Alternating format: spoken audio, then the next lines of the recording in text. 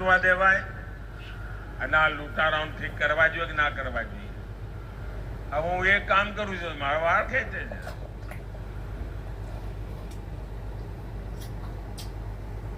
તમને આશ્ચર્ય તો થયો. આ વખતે કોંગ્રેસની સ્થિતિ એવી છે, તમારે સરકાર બનાવી હોય ને તો ઓછામાં ઓછી 272 સીટો તો MP જોઈએ તમારી પાસે.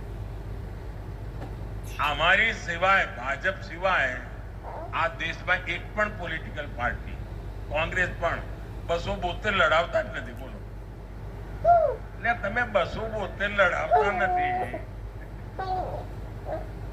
અને તો તમે સરકાર બનાવીશું.